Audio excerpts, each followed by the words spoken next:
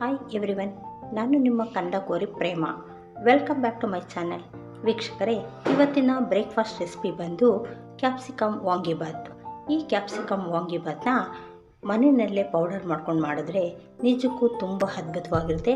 ಹಾಗಾಗಿ ಇದಕ್ಕೆ ಯಾವ ಇಂಗ್ರೀಡಿಯೆಂಟ್ಸ್ನ ಉಪಯೋಗಿಸಿದ್ದೀನಿ, ಯಾವ ವಿಧಾನದಲ್ಲಿ ಮಾಡಿದ್ದೀನಿ ಅಂತ ನೋಡ್ತಾ ಹೋಗೋಣ ಬನ್ನಿ. ನೀವು ಎಲ್ಲ ಒಮ್ಮೆ ಇದೇ ರೀತಿಯಾಗಿ ಪೌಡರ್ ಮಾಡ್ಕೊಂಡು ಮನೆಯಲ್ಲಿ ಮಾಡಿ, ನೀವು ಎಲ್ಲ ತುಂಬ ಇಷ್ಟಪಡ್ತೀರಾ. ಈ ಪೌಡರ್ ರೆಸಿಪಿ ನಾನು ಆಲ್ರೆಡಿ ಡಿಸ್ಕ್ರಿಪ್ಷನ್ ಬಾಕ್ಸಲ್ಲಿ ಅಪ್ಲೋಡ್ ಮಾಡಿದ್ದೀನಿ. ಒಮ್ಮೆ ಚೆಕ್ ಮಾಡಿ, ಈ ವಿಧಾನದಲ್ಲಿ ಮಾಡಿ, ನೀವೆಲ್ಲರೂ ಇಷ್ಟಪಡ್ತೀರಾ. ಹಾಗಾಗಿ ಬನ್ನಿ, ಮತ್ತೆ ತಡ ಹೇಗೆ ಮಾಡೋದು ಅಂತ ನೋಡೋಣ ಬನ್ನಿ. ಈ ಕ್ಯಾಪ್ಸಿಕಮ್ ವಾಂಗಿಬಾತ್ ಮಾಡೋದಕ್ಕೆ ಯಾವ ಪದಾರ್ಥಗಳನ್ನ ಉಪಯೋಗಿಸ್ತಾ ಇದ್ದೀನಿ ಅಂತ ನೋಡೋಣ.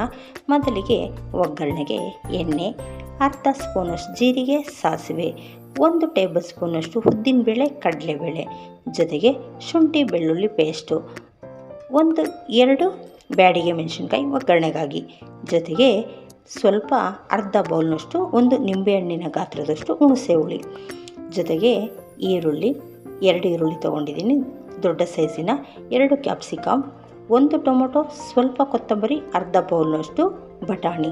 ಇದು ಹಸಿ ಬಟಾಣಿ ಸೀಸನ್ ಅಲ್ಲದೆ ಇರೋದ್ರಿಂದ ನಾನು ಒಣಗಿರೋ ಬಟಾಣಿನ ನೆನೆಸ್ಬಿಟ್ಟು ಬೇಯಿಸಿ ಇಟ್ಕೊಂಡಿದ್ದೀನಿ. ಜೊತೆಗೆ 1 ಗರಿಯಷ್ಟು ಕರಿಬೇವು, ಜೊತೆಗೆ ಇಷ್ಟು 2 ಕ್ಯಾಪ್ಸಿಕಮ್, 2 ಈರುಳ್ಳಿಗೆ 5 ಸ್ಪೂನಷ್ಟು ವಾಂಗಿಬಾತ್ ಪೌಡರ್ನ ಉಪಯೋಗಿಸ್ತಾ ಇದ್ದೀನಿ. ರುಚಿಗೆ ತಕ್ಕಷ್ಟು ಉಪ್ಪು. ಈ ವಾಂಗಿಬಾತ್ ಪೌಡರ್ನ ಆಲ್ರೆಡಿ ನಾನು ಅಪ್ಲೋಡ್ ಮಾಡಿದ್ದೀನಿ, ಮತ್ತು ಡಿಸ್ಕ್ರಿಪ್ಷನ್ ಬಾಕ್ಸಲ್ಲಿ ಸಿಗುತ್ತೆ, ಚೆಕ್ ಮಾಡಿ. ಇದು ಮನೆಯಲ್ಲೇ ಪೌಡರ್ ಮಾಡಿಕೊಂಡ್ರೆ ತುಂಬ ರುಚಿಯಾಗೂ ಇರುತ್ತೆ, ಹೆಚ್ಚು ಘಮಘಮ ಅಂತ ಇರುತ್ತೆ, ಮಾಡೋದು ಈಸಿ. ಹಾಗಾಗಿ ವಾಂಗಿಬಾತ್ ಪೌಡರ್ನ ನಾನು ಆಲ್ರೆಡಿ ಅಪ್ಲೋಡ್ ಮಾಡಿದ್ದೀನಿ, ಒಮ್ಮೆ ಚೆಕ್ ಮಾಡಿ ಆ ವಿಧಾನದಲ್ಲಿ ಮಾಡ್ಕೊಳ್ಳಿ. ಈಗ ಇಷ್ಟು ಪದಾರ್ಥಗಳನ್ನ ಉಪಯೋಗಿಸ್ಕೊಂಡು ಯಾವ ರೀತಿಯಾಗಿ ಮಾಡೋದು ಅಂತ ನೋಡೋಣ ಬನ್ನಿ. ನೋಡಿ, ಮೊದಲಿಗೆ ನಾನು ಸ್ಟವ್ ಹಚ್ಚಿ ಬಾಣಲಿನ ಇಟ್ಕೊಂಡಿದ್ದೀನಿ. ಅದಕ್ಕೆ 4ರಿಂದ 5 ಸ್ಪೂನಷ್ಟು ಎಣ್ಣೆಯನ್ನು ಸೇರಿಸ್ಕೊತಾ ಇದ್ದೀನಿ.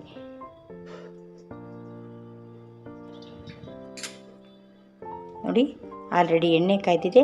ಈಗ ತೊಗೊಂಡಿರೋಂಥ ಜೀರಿಗೆ ಮತ್ತು ಸಾಸಿವೆ ಎರಡನ್ನು ಒಟ್ಟಿಗೆ ಸೇರಿಸ್ಕೊತಾ ಇದ್ದೀನಿ. ನೋಡಿ, ಸಾಸಿವೆ ಸಿಡಿತಿದೆ. ಈಗ ಉದ್ದಿನಬೇಳೆ ಮತ್ತು ಕಡಲೆಬೇಳೆ ಅದು ಎರಡನ್ನು ಒಟ್ಟಿಗೆ ಸೇರಿಸ್ಕೊಳ್ಳೋಣ. ಜೊತೆಗೆ ಶುಂಠಿ ಬೆಳ್ಳುಳ್ಳಿ ಪೇಸ್ಟನ್ನು ಕೂಡ ನಾನು ಇವಾಗಲೇ ಸೇರಿಸ್ಕೊತಾ ಇದ್ದೀನಿ. ಈ ಕಡಲೆಬೇಳೆ ಮತ್ತು ಉದ್ದಿನಬೇಳೆ ಎಲ್ಲ ನೀಟಾಗಿ ಬ್ರೌನ್ ಕಲರ್ ಬರೋವರೆಗೂ ಫ್ರೈ ಮಾಡ್ಕೊಳ್ಬೇಕು, ಕ್ರಿಸ್ಪಿಯಾಗಿ ಆಗಬೇಕು. ನೋಡಿ, ಕಡಲೆಬೇಳೆ ಉದ್ದಿನಬೇಳೆ ಎಲ್ಲ ನೀಟಾಗಿ ಫ್ರೈ ಆಗಿದೆ. ಈಗ ನಾನು ತೊಗೊಂಡಿರೋ 2 ಮೆಣಸಿನ್ಕಾಯಿ ಕೂಡ ಈ ಟೈಮಲ್ಲಿ ಸೇರಿಸ್ಕೊತಾ ಇದ್ದೀನಿ. ಈಗ ಫಸ್ಟ್ ನಾವು ಈರುಳ್ಳಿಯನ್ನು ಸೇರಿಸ್ಕೋಬೇಕಾಗುತ್ತೆ.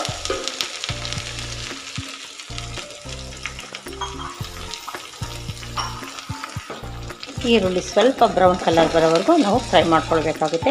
2 ನಿಮಿಷಗಳ ಕಾಲ ಫ್ರೈ ಮಾಡ್ಕೊಳ್ಳೋಣ. ನೋಡಿ, ಈರುಳ್ಳಿ ಇಷ್ಟು ಫ್ರೈ ಆದರೆ ಸಾಕಾಗುತ್ತೆ. ಈಗ ನಾನು ತೊಗೊಂಡ್ರಂಥ 1 ಟೊಮೊಟೊ ಸಹ ನಾನು ಈ ಟೈಮಲ್ಲಿ ಸೇರಿಸ್ಕೊತೀನಿ. ಈ ಟೊಮೊಟೊನೂ ಸಹ ಸಾಫ್ಟ್ ಆಗೋವರೆಗೂ ಬೇಯ್ಕೊಳ್ಬೇಕಾಗುತ್ತೆ. ಈಗ ಈ ಒಗ್ಗರಣೆ ಜೊತೆಗೆ ನಾನು ಹಸಿ ಕರಿಬೇವನ್ನು ಸಹ ಈ ಒಂದು ಟೈಮಲ್ಲಿ ಸೇರಿಸ್ತಾ ಇದ್ದೀನಿ. ಎಲ್ಲವೂ ಒಟ್ಟಿಗೆ ನೀಟಾಗಿ ಫ್ರೈ ಮಾಡ್ಕೊಳ್ಳೋಣ. ನೋಡಿ, ಟೊಮೊಟೊ ಅರ್ಧದಷ್ಟು ಫ್ರೈ ಆಗಿದೆ. ಈ ಟೈಮಲ್ಲಿ ನಾವು ತೊಗೊಂಡ್ರೆ ಕ್ಯಾಪ್ಸಿಕಮ್ ಹಾಕಿದ್ರೆ 2 ಒಟ್ಟಿಗೆ, ಕ್ಯಾಪ್ಸಿಕಮ್ ತುಂಬ ಸಾಫ್ಟಾಗಿ ಏನು ಬೇಯೋದು ಬೇಡ. ಹಾಗಾಗಿ ಟೊಮೊಟೊ ಆಗೋಷ್ಟರಲ್ಲಿ ಕ್ಯಾಪ್ಸಿಕಮ್ಮು ಆಗುತ್ತೆ. 2 ಒಟ್ಟಿಗೆ ಸೇರಿಸ್ಕೊಳ್ಳೋಣ. ಒಳ್ಳೆಯದನ್ನು ಮಿಕ್ಸ್ ಕೊಡಿ. 1ರಿಂದ 2 ನಿಮಿಷ ಇದು ಮಗ್ಗಿದ್ರೆ ಸಾಕಾಗುತ್ತೆ, ತುಂಬ ಸಾಫ್ಟ್ ಆಗೋದೇನು ಬೇಡ. ನೋಡಿ, ಕ್ಯಾಪ್ಸಿಕಮ್ ಇಷ್ಟು ಬೆಂದರೆ ಸಾಕಾಗುತ್ತೆ. ಈ ಟೈಮಲ್ಲಿ ನಾವು ಉಳಿದಿರೋ ಪದಾರ್ಥಗಳನ್ನ ಸೇರಿಸ್ಕೊಳ್ಳೋಣ.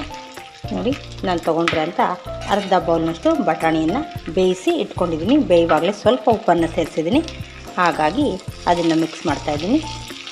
ಜೊತೆಗೆ ಸ್ವಲ್ಪ ಅರಿಶಿಣ ಪೌಡರ್, ಅರ್ಧ ಸ್ಪೂನಷ್ಟು ಅರಿಶಿಣ ಪೌಡರು, ಜೊತೆಗೆ ಹುಣಸೆ ರಸ, 1 ನಿಂಬೆಹಣ್ಣಿನ ಗಾತ್ರದ ಹುಣಸೆ ರಸವನ್ನು ಸೇರಿಸಿದ್ದೀನಿ. ಇವೆಲ್ಲ ಹಾಕ್ಕೊಂಡು ಮಿಕ್ಸ್ ಮಾಡೋಣ. ಇದಕ್ಕೆ ಇಷ್ಟು ಪ್ರಮಾಣದ ಕ್ಯಾಪ್ಸಿಕಮ್ಗೆ ನಾನು 4ರಿಂದ 5 ಸ್ಪೂನಷ್ಟು ಇದೆ, 5 ಸ್ಪೂನಷ್ಟು ಪೌಡರ್ನ ನಾನು ಮಿಕ್ಸ್ ಮಾಡ್ತಾಯಿದ್ದೀನಿ. ಪೌಡರ್ನ ಹಾಕಿ ರುಚಿಗೆ ತಕ್ಕಷ್ಟು ಉಪ್ಪನ್ನು ಸೇರಿಸಿ 2 ನಿಮಿಷಗಳ ಕಾಲ ಇದನ್ನೆಲ್ಲ ಮಿಕ್ಸ್ ಮಾಡ್ಕೊಳ್ಳೋಣ.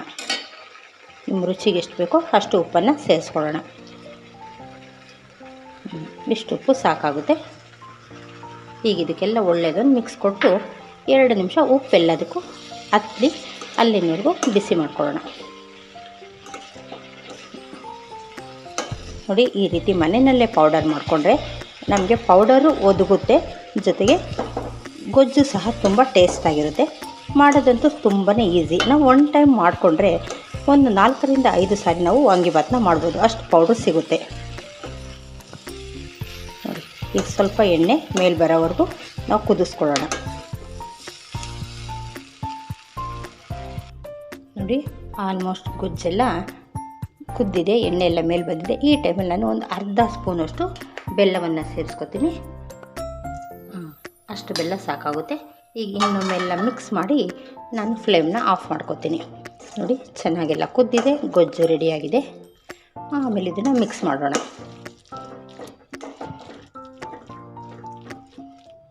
ನೋಡಿ, ಈಗ ನನಗೆ ಅನ್ನ ಎಷ್ಟು ಬೇಕೋ ಅಷ್ಟು ಗೊಜ್ಜನ್ನು ಹಾಕ್ಕೊಂಡು ನಾನೀಗ ಕಲಿಸ್ತಾ ಇದ್ದೀನಿ.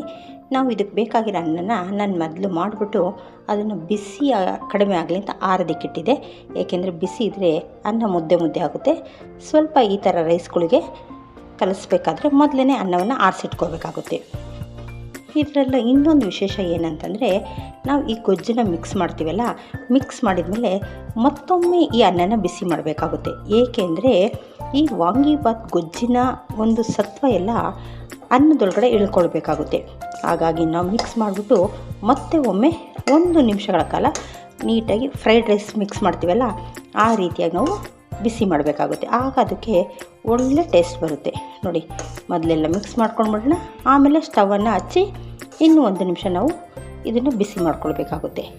ಆಗ ಒಳ್ಳೆ ಟೇಸ್ಟ್ ಬರುತ್ತೆ.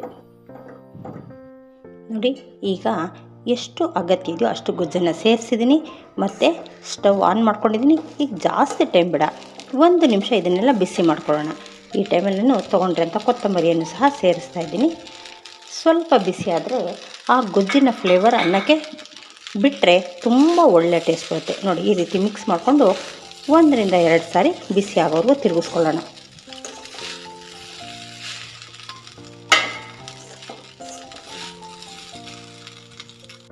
ನೋಡಿ, ನಾವು ಎಷ್ಟು ಟೈಮ್ ಬಿಸಿ ಮಾಡ್ಕೊಳ್ಬೇಕಪ್ಪ ಅಂದರೆ, ಹೀಗೆ ರೈಸ್ ಮುಟ್ಟಿದ್ರೆ ಸ್ವಲ್ಪ ಬಿಸಿ ಆಗಬೇಕು, ಅಷ್ಟು ಟೈಮ್ ನಾವು ಬಿಸಿ ಮಾಡಿಕೊಂಡ್ರೆ ಸಾಕಾಗುತ್ತೆ. ಆಗ ಒಳ್ಳೆ ಫ್ಲೇವರ್ ಬರುತ್ತೆ ರೈಸ್ಗೆ. ನೋಡ್ತಾ ಇದ್ದೀರಲ್ಲ, ಅದ್ಭುತ ರುಚಿಯ ವಾಂಗಿಬಾತ್ ಸವಿಯಲು ಸಿದ್ಧವಾಗಿದೆ. ನಿಜಕ್ಕೂ ಹೇಳಬೇಕು ಅಂದರೆ ತುಂಬ ಟೇಸ್ಟಿಯಾಗಿದೆ. ಒಮ್ಮೆ ನೀವು ಈ ವಿಧಾನದಲ್ಲಿ ಮಾಡಿ, ಈವನ್ ಪೌಡರ್ ಕೂಡ ಅದೇ ವಿಧಾನದಲ್ಲಿ ಮಾಡಿದ್ರೆ ನೀವೆಲ್ಲರೂ ತುಂಬ ಇಷ್ಟಪಡ್ತೀರಾ. ಹಾಗಾಗಿ ನಿಮ್ಮೆಲ್ಲರಿಗೂ ಈ ರೆಸಿಪಿ ಇಷ್ಟ ಆಗಿದೆ ಅಂತ ಭಾವಿಸಿದ್ದೀನಿ. ಇಷ್ಟ ಆದರೆ ಲೈಕ್, ಶೇರ್, ಸಬ್ಸ್ಕ್ರೈಬ್ ಮಾಡೋದನ್ನ ಮರಿಬೇಡಿ. Thank you.